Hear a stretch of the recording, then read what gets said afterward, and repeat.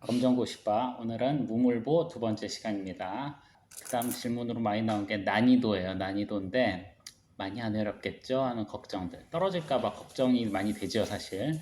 검정고시를 이미 본 우리 아들 이야기를 들어보겠습니다. 우리 아들은 초중고 전부 다 쉽다 이렇게 얘기를 해줬어요. 검정고시 취지가 적정 수준의 지식이면 합격을 시켜주는 거기 때문에 기존의 검정고시 기출문제를 보시면은 난이도를 가늠할 수가 있고요. 검정고시는 그 시험 공지사항에도 있듯이 기존의 합격률을 유지하는 난이도, 갑자기 어렵게 내거나 쉽게 나오지 않습니다. 가끔 뭐 4월이랑 8월 중에 4월 게 더 쉽나요? 이런 글도 올라오는데 약간 어려운 문제 한두 개가 섞이는 건데 25문제 중에 한두 개 합격에 지장이 있을 만큼의 난이도 차이가 나지 않습니다. 그리고 기출하고 유사효역 문제만 해도 합격에는 문제가 없어요.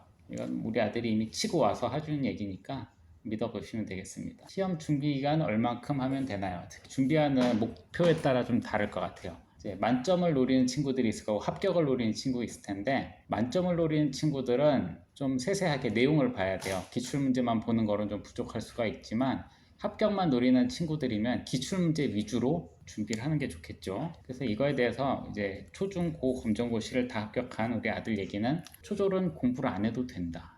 중졸은 3시간씩 한 달, 고졸은 3시간씩 2달, 벼락치기라도 충분히 가능하다라고 답변을 줬어요.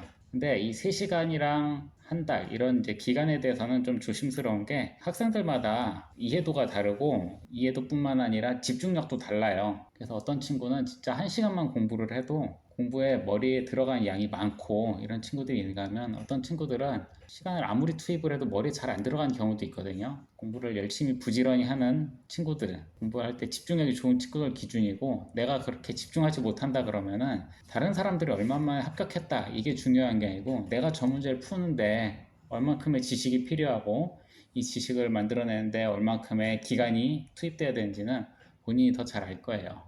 기출문제가 있으니까 풀이 보지 말고 그냥 풀어보세요. 풀어갖고 합격점이 나올 때까지 내가 필요한 게 뭔지를 가늠해 보면 되겠죠. 벼락치기를 해도 충분히 가능. 이 벼락치기라는 거 저는 중졸, 고졸 합쳐서 1년 정도면 준비가 끝나야 된다고 생각하고 시험도 다 끝내야 된다고 생각해요. 그 이상의 시간 들이는 거는 검정고시의 방향과 취지에도 맞지 않고 여러분이 너무 힘들다. 그 시간에 다른 공부를 좀 하는 게 좋겠다. 이 검정고시를 가지고 너무 좋은 점수를 내겠다고 파고들 필요는 없을 것 같아요. 고등학교 다니면서 자퇴한 친구 중에 수능 준비를 하면서 있다가 나온 친구도 있을 텐데 수능을 준비를 할 수 있는 수준이면 바로 시험을 봐도 합격하는데 별로 지장이 없을 거라고 생각을 해요. 그냥 바로 문제 풀어보세요. 기간을 볼 때 한 달? 이거 너무 짧은 거 아니에요? 이렇게 생각할 수 있는데 고등학교의 연간 출석 일수가 1년 기준으로 190일 정도 돼요. 근데 이 190일 중에서 시험 보는 날짜, 학교에서 행사한 날짜 빼면 170일 정도 나오고요. 그리고 우리가 검정고시 고졸 같은 경우는 7과목 보고 중졸은 6과목, 초졸 6과목인데 이건 학교에서 실제로 배우는 과목의 절반밖에 되지 않아요. 그래서 여러분이 학교 다니면서는 원래 뭐 기가도 들어야 되고 음악, 미술, 체육, 고등학교 가면은 국어 하나만 있는 게 아니죠. 여러 가지 과목 있고 수학도 수학 하나만 있는 게 아니죠. 과학도 하나만 있는 게 아니고 여러 과목이 있죠. 물리도 있고 뭐 지구과학도 있고 생물도 있고 이런데 이런 거 검정고시 과목수 자체가 적습니다. 학교에서 듣는 거 생각하면 절반밖에 안 될 거예요. 기간은 2배고 과목은 절반이라면은 1년이면은 1년에 4분의 1, 석 달이면 준비하는데 충분한 시간이라고 생각을 해요. 학교 안 가고 그냥 혼자서 쭉 준비할 수 있다면. 그리고 노베이스인 친구들 질문들이 많은데 노베이스라면 기초를 보충하기 위한 시간을 드린다고 쳐도 1년 이내에 중졸, 고졸은 끝내야 돼요. 그래서 내가 고등학교 때 자퇴했는데 중학교 공부 잘 하지 못했어요. 노베이스예요. 그러면 중졸 보충 기간 더하기 고졸까지 해도 1년 이내에 끝내는 게 좋겠다. 중학교 내용을 적당히 공부해야 고졸을 수학하기 쉽다. 노베이스여도 널널하게 2달 하면 문제없음 이렇게 검정고시를 이미 치른 아들이 답을 해줬는데 우리 아들이야말로 초등학교 검정고시부터 치고 올라갔으니까 베이스를 그냥 검정고시로 만든 케이스입니다. 제가 드리고 싶은 말, 제가 학부모로서 이렇게 아들을 키우면서 딸도 지금 초졸검시 끝내고 중졸 치려고 준비 중인데 지피지기면 백전불태라고 하는 말이 있죠. 내가 잘 모른다고 내가 부족하다고 생각할 때가 어떻게 보면 기초를 쌓기에 가장 좋은 때예요. 더 위험한 거는 나는 안다고 착각하고 있는데 실제로 모르는 친구들이 훨씬 더 위험해요. 지금부터 채우면 되고요. 기초부터 쌓으려면 앞 단계 만약에 내가 지금 고졸검시를 칠 거다 그러면 중졸검시부터, 내가 중졸검시를 칠 거다 그러면 초졸검시부터 앞단계 거를 기출을 먼저 풀어보고, 이게 나한테 좀 부담이 되는 수준이다 싶으면은 앞단계 공부를 채우고 그 뒤에 단계가 효율적이에요. 난 나이가 고등학생이니까 중학교 거는 뭐 안 해도 되겠지라고 생각하기 시작하면은 중학교 때 못했던 것 때문에 고졸검시 시험을 좋게 받을 수가 없는 경우가 생겨요. 그리고 노베이 쓰는 친구들도 저는 괜찮아 라고 생각합니다. 괜찮아, 모르니까 학생이죠. 알면 학생 안 하죠. 지금 모르는 건 괜찮아요. 공부하면 돼요. 어른이 돼서도 모르면 그때는 좀 많이 곤란하겠죠. 교재와 강의 어떤 거 들어야 되나요? 책 추천해 주세요. 많이 올라와 있네요. 그리고 모의고사 푸는 거 어떻게 하면 되나요? 이렇게 물어본 친구들도 있었어요. 그래서 여기에 대해서 초졸, 중졸, 고졸을 모두 다 합격한 아들의 얘기는 교재를 따로 필요하지 않는다. 실제로 우리 아들은 교재를 안 샀어요. 고득점은 쉽다. 이 고득점 기준은 우리 아들은 한 과목에서 2개 틀린 과목은 없었어요. 다 맞추거나 하나 틀렸어요. 강의는 경기도 지식이라고 해서 무료로 강의를 넣어놓은 데가 있어요. 여기에서 보여주시는 강의는 검단기 겁니다. 돈 안 들이고 그냥 볼 수 있어요. 교재, 그리고 별도의 노트도 필요 없다고 우리 애들은 그랬고, 기출문제만 여러 번 풀어보라 그랬어요. 기출문제는 무물보 1편에서 보였듯이 여러 번 쓰인 사이트 알려드렸죠. 꼭 강의는 한 번 듣고 암기, 이게 좀 중요한 것 같아요. 강의를 여러 번 보면 시간이 많이 들어요. 여러 번 볼 생각하지 말고 한 번 들을 때 집중해서 끝내는 게 좋겠어요. 교재가 여러 가지가 있긴 해요. 보면은 많이 물어보는 게 에듀윌 거, 검스타트가 EBS에 납품을 했었던 회사죠. 괜찮나요? 물어보는데, 여기에서 물어보는 과정뿐 아니라 그냥 지금 서점에서 구입할 수 있는 어떠한 교재든 인강이든 문제가 없어요. 합격하는데도 문제가 없고 고득점에서 문제가 없는 게, 일단 시험 자체의 난이도가 낮고 교재가 다 비슷비슷하게 평준화가 돼 있어요. 그리고 공개되어 있는 기출문제 풀이도 별 차이가 없습니다. 어느 교재를 선택해도 큰 지장이 없고, 책 안 사고 인강으로 나만의 노트를 만드는 게 도움이 될 수가 있는 게, 그 교재가 상당히 두껍고 양이 많아요. 그거를 내가 모르는 거 아는 거를 뒤섞어 가지고 다 공부할 필요가 없고, 딱 들어보고 나 이거 알겠어 싶은 거는 그냥 제목만 적고 넘어가도 괜찮습니다. 역시 무료 인강 원하면은 경기도 지식 우리 아들이랑 똑같은 과정 듣고서 하시면 되겠고요. 학교 밖 청소년은 꿈드림 센터에서 교재랑 인강비를 지원해 준다고 하는데, 필요하다 그러면은 꿈드림 센터에 방문해서 거기 절차에 따라 선생님 안내를 받아갖고 신청하시고 지원을 받으시면 돼요. 공부 방법에 대한 질문도 많이 올라왔어요. 어떻게 공부하면 좋나요? 공부시간 관리법, 공부하는 법 물어봅니다. 3페이지나 올라와 있어요. 우리 아들이 해준 답변은요, 기출문제만 공부해도 합격은 충분, 고득점은 운, 이렇게 되는데, 중졸까지는 거의 유형도 기출이랑 비슷하고 기출이랑 똑같은 문제도 많이 나왔다 해요. 근데 고득점은 운이라고 한 이유는, 고졸검시는 신유형 문제들이 있어요. 이건 한 번도 풀어본 적이 없을 수 있는 문제들이 출제된다는 얘기인데, 이런 문제를 풀 때는 내용을 좀 알고 있다 하더라도 맞추기 어려울 수도 있다. 그래서 고득점은 운, 이제 만점을 얘기한 거죠. 그리고 독학 강도는 쉽다 그래요. 근데 친구들이 독학 아니면 무슨 공부를 할 수 있을까? 저는 기본적으로 모든 공부는 독학이라고 생각하거든요. 내가 혼자 공부해야 내 머리에 들어오지, 풀이를 여러 번 본다고 내 머리에 들어오는 게 아닙니다. 그래서 걱정에 비해 별것 없다고 우리 아들은 답해줬어요. 우리 아들이 수학은 중학교 과정에서 알 필요가 있다. 나머지는 암기를 잘해야 된다. 반복되는 문제가 많기 때문에 전 과목 암기, 응용은 사실상 없음. 본 그대로 나온다는 뜻이죠. 그리고 한국어 화자면 국어 문제 없음. 이 얘기는 왜냐면은 우리 아들은 외국에서 공부했어요. 외국에서 초등학교 3학년 때부터 지내다 보니까 한국어가 좀, 한국에서 같은 기간 지냈던 친구들이랑 비교해서 더 낫다고 말하기가 좀 어려워요. 근데 우리 아들 얘기는 한국어로 말할 줄 알고 글 쓸 줄 알면은 이거는 뭐 아무 문제 없다, 이렇게 얘기를 했었어요. 그리고 제가 학부모로서 좀 하고 싶은 얘기는, 검정고시라고 해서 특별한 공부 방법이 있는 게 아니에요. 일반적인 공부 방법을 따르면 됩니다. 예습은 기출문제를 일단 훑어보세요. 풀 수 있는 문제가 있으면 풀어보고, 모르겠다 싶으면 모르는 건 표시를 해놓으세요. 강의랑 기본서를 볼 때 기출문제에서 표시한 부분을 중심으로 학습을 해야 돼요. 나 이거 몰랐었으니까 이거는 집중해서 듣겠다. 이 내용은 꼭 배우고 넘어가겠다. 그리고 다 보고 나서는 기출문제를 다시 풀어서 복습을 해야 되고요. 제일 중요한 건 오답 노트예요. 틀린 문제랑 풀이를 적어놨다가 이걸 기억할 수 있을 때까지 다시 보고 또 다시 봐야 돼요. 마인드맵 같은 노트도 도움이 많이 되고요. 코넬 노트 같은 필기법도 기출 문제를 볼 때는 도움이 많이 돼요. 유튜브에 진짜 많이 올라와 있으니까 보고서 나한테 맞는 거다 아니면 이 단원에 맞는 거다 싶으면은 이런 노트법을 적용해서 공부를 해보면 좋겠어요. 그리고 시험 당일에 또 어떻게 되나 궁금한 게 있는데, 궁금한 점, 시험 치고 온 3번이나 치른 우리 아들 답변은, 시험 당일에 시험장에 식사는 어떻게 하냐? 그럼 복도나 의자나 책상 근처에서 식사를 한대요. 대부분 간단한 음식을 싸우기 때문에 금방 먹고 끝내는 것 같아요. 그리고 시험장 분위기는 어수선하지만 조용함. 그리고 제가 시험장 밖에서 봤을 때는 그게 중졸까지만 해도 거의 그냥 치고 오면 합격하는 분위기로 얘기를 하는데, 고졸 때는 조금 얘기가 달랐어요. 고득점 받아야 되는 친구들도 있고 하기 때문에 어떤 친구 나오면서 좀 풀이 주고 하는 그런 응시생도 있었고, 좀 나이가 많은 응시생들도 좀 많은 것 같았어요. 화장실 가기 어려움. 이렇게 쉬는 시간이 좀 짧더라고요. 그래서 화장실을 갈 거면은 부지런히 갔다 와야 될 것 같아요. 자리는 책상에 수험표가 붙어 있대요. 강의 수험표 붙어 있는 자기 자리에 앉아서 시험을 보는 거고, 옮기는 건 안 된다고 해요. 그리고 연필이랑 볼펜 가능하고, 마킹만 컴퓨터 사인펜으로 하면 되고, 화이트 같은 거 쓰면 답안지 웬만하면 교체해 주고요. 가급적이면 마킹하는 것도 깔끔하게 좀 하려면은 이제 알려줍니다. 끝나기 몇 분 전입니다 할 때 그때 몰아갖고 마킹을 하는 게 좋고, 밀려 쓰지 않도록 평소에 좀 제 홈페이지에 나와 있는 검정고시 응시자 유의사항을 좀 참조해야 되는데요. 검정고시 당일날 필수는 신분증, 수험표, 컴퓨터용 사인펜이고요.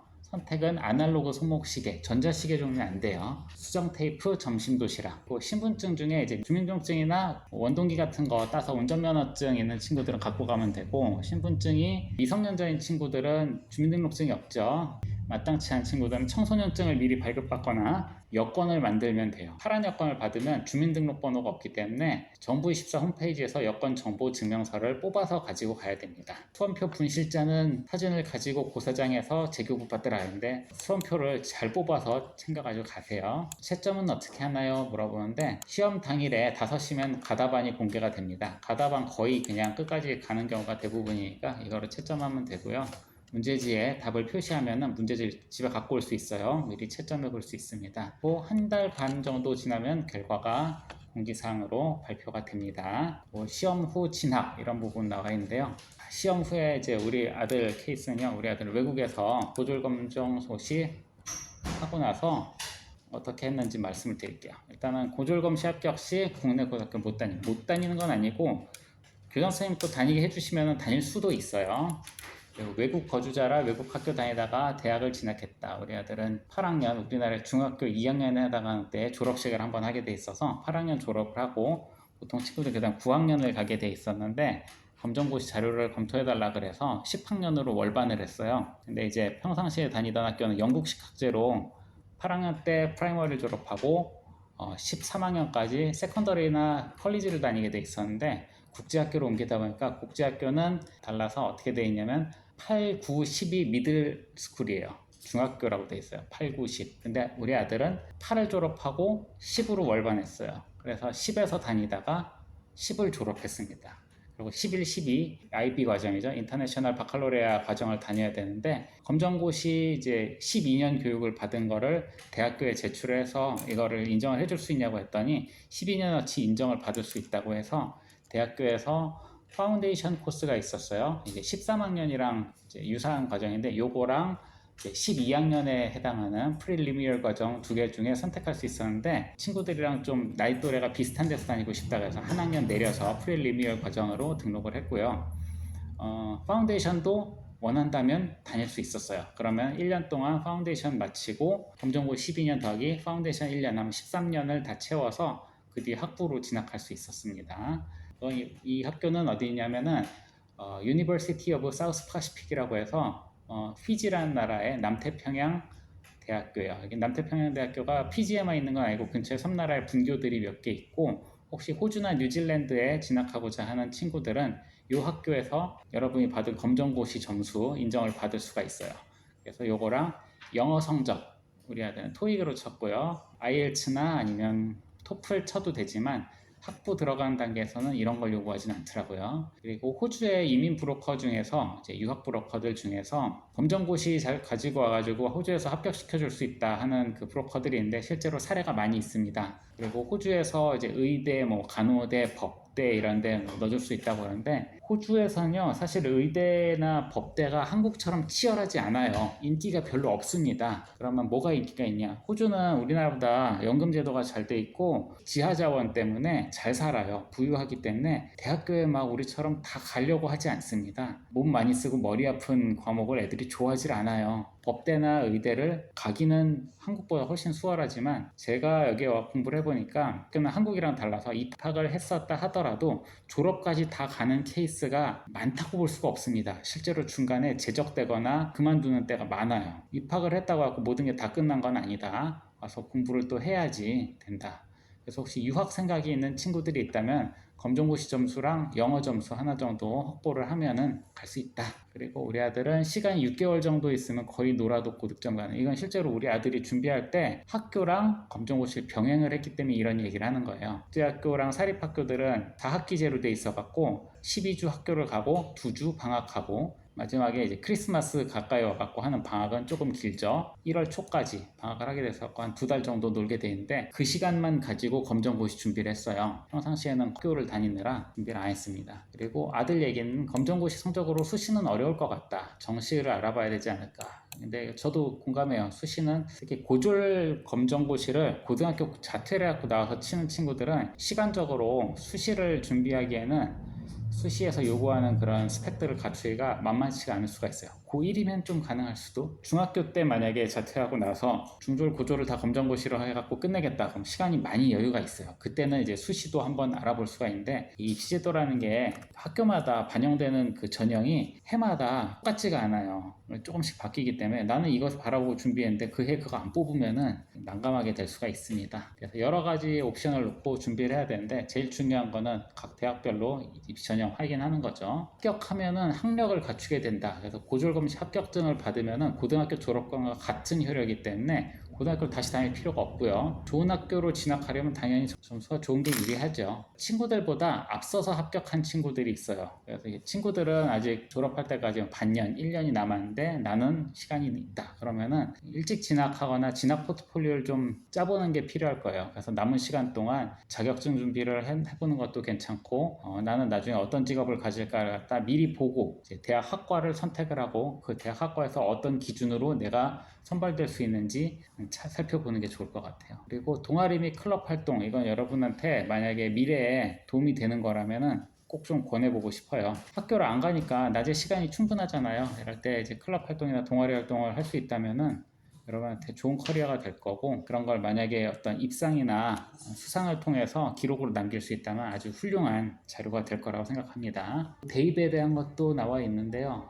이 대학 어떻게 가냐는 학교마다 전형이 다르니까 그때그때 다르다고 생각하고 여러분이 목표로 하는 학교의 수준에 따라서 차이가 좀 많이 날 것 같아요. 내신은 자퇴를 해도 지우지 않아요. 학생부는 영원히 갑니다. 그렇지만 여러분이 학생부랑 관련된 전형을 하지 않으면 다시 꺼내보지 않을 수도 있습니다. 수능을 준비할 수 있는 정도의 친구면은 검정고시를 따로 준비하지 말고 그냥 수능을 준비하세요. 그리고 기출문제 정도만 풀어가지고 준비를 해도 충분하다고 생각해요. 이제 수능을 여기에서 별도로 준비할 친구, 이제 검정고시에 간신히 치렀어. 그래갖고서는 이제 대학교 가고 싶은데 그러면 이제 수능을 준비를 해야 되는데 그때는 저는 좀 빠른 길로 가고 싶으면은 좀 투자를 해서 재수학원 같은 걸 가는 걸 좀 권해주고 싶은데 재수학원도 처음에 가면은 수준이 달라요. 다음에 연고대 가야지 하는 친구들 들어가는 반에 가면은 따라가기가 쉽지 않을 거예요. 그래서 여러분 수준에 맞는 반 찾아가지고 들은 게 좋을 것 같습니다. 그리고 특정 학교 전형은 학교 홈페이지에 보면은 입학처 이런 이름을 가진 입학관리과 이런 이름을 가진 홈페이지가 있어요. 거기에 들어가고 어떤 전형이 있었는지 어떤 부분을 점수로 보는지 확인을 하는 게 좋아요. 해마다 전형이 같지 않습니다. 요건도 달라져요. 자, 그 다음 기타 질문들이 있는데요. 요거는 기타 질문은 묶어가지고 답변해 볼게요. 검정고시 성적만으로 진학을 받아준 학교가 있었는데 그런 학교들이 막 엄청 좋은 학교는 아니었던 거로 제가 봤어요. 그래서 좋은 학교 진학을 하기 위해서는 별도의 활동을 했으면 좋겠고, 특별 전형 같은 경우 준비가 된다면은 검정고시가 유리할 수도 있는 게 학교를 안 가는 만큼 여러분이 다른 활동 결과를 준비할 수 있는 시간이 있어요. 방송통신대를 좀 입학을 하는 것도 방법이 될 수가 있을 것 같아요. 방송통신대는 졸업장만 있으면 일단 시작이 되거든요. 웬만한 학과에서 합격을 할 수가 있습니다. 특별한 학과도 있어요. 간호학과 이런 데는 안 되는데 대부분의 학과들이 고졸 졸업장만 갖고 와라 이런 식이기 때문에 일단 진학을 해요. 2년까지 방송통신대를 다니면서 편입 준비를 하는 것도 방법이 될 수가 있다고 생각해요. 편입할 때 학교마다 또 보는 게 달라요. 꽤 많은 학교들이 영어나 수학 시험을 봅니다. 편입 영어 가지고 시험 보는 데도 있고 아니면 토익 같은 외부 점수 갖고 보는 학교들도 있고, 근데 토익 같은 경우는 여러분이 매달 시험을 칠 수가 있어요. 부담이 훨씬 적죠. 편입 영어도 토익 준비를 하면서 병행해도 좋아요. 기본적인 골격이 뭐 크게 막 다른 걸 보지 않기 때문에 같이 준비하는 거 좋습니다. 방송통신대를 2년 다니고 3학년 때 편입을 해보자, 이런 것도 전략이 될 수 있어요. 외국에서 공부한 친구들은 우리말을 안 쓰는 시간이 길면 길수록 국어에 대한 어려움이 있고, 그 국어에 대한 어려움이 다른 과목의 문제를 해석하는데 어려울 정도면은 이거에 대한 시간을 좀 가지고 대비를 해야 돼요. 방법은 특별한 게 없습니다. 많이 접하는 게 방법이에요. 그리고 여러분이 학교 다니는 시간을 다른 데 쓸 수 있기 때문에 관심 분야를 빨리 찾고 자격증을 취득하는 것도 되게 추천을 해요. 산업인력공단에서 치고 있는 시험 중에 기능사 같은 거는 여러분도 바로 칠 수가 있어요. 민간 자격증도 뭐 취득은 가능하죠. 근데 민간 자격증은 어떤 자격증은 시간은 들였는데 그만큼 성과가 없는 자격증도 많으니까 이미 취득하신 분들이 있다면은 뭐 자료가 올라 있는 게 커뮤니티나 유튜브에 있으면은 먼저 찾아보고 도전을 하시는 게 좋겠습니다. 그래서 오늘은 무물보 두 번째 시간 여기까지 하겠고요. 다음에 또 만나요.